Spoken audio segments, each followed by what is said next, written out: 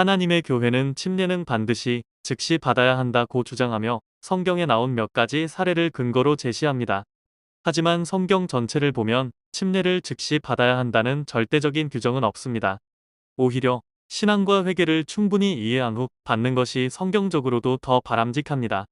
하나님의 교회에서 주장하는 말씀을 보겠습니다. 첫 번째로 사도행전 8장 36절에서 38절입니다.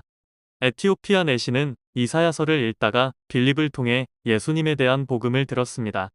그는 즉시 예수님을 믿었고 믿음의 표현으로 세례를 받기를 원했습니다.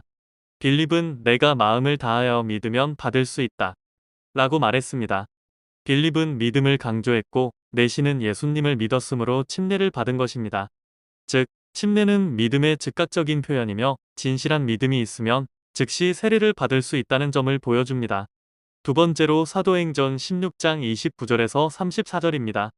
말씀을 요약해보면 바울과 실라가 감옥에 갇혀 있다가 큰 지진이 일어나 감옥 문이 열리게 되었고 간수가 죄수들이 도망간 줄 알고 자결하려 하자 바울이 그를 말렸습니다. 간수가 바울과 실라에게 내가 어떻게 해야 구원을 받을 수 있습니까? 라고 질문하였던 바울과 실라는 주 예수를 믿으라. 그리하면 너와 내 집이 구원을 받으리라. 고 전하였습니다. 간수와 그의 가족은 그날 밤 즉시 세례를 받게 된 내용입니다. 여기서도 믿음 없이 즉시 침례를 받은 걸까요?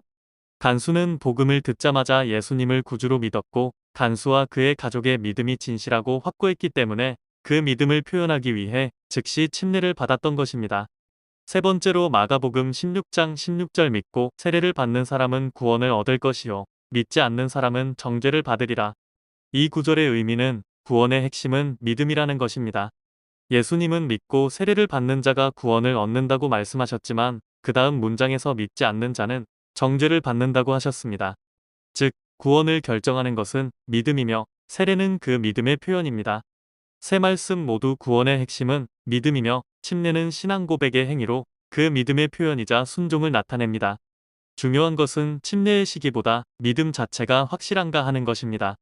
그렇다면 성경 속 침례를 즉시 주지 않았던 사례들을 보겠습니다.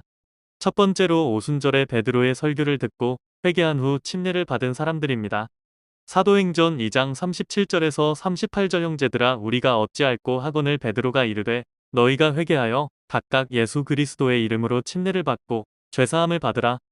회개하고 나서 침례를 받는 모습으로 회개 없이 침례를 받는 것은 의미가 없으며 준비 과정이 중요함을 알 수 있습니다.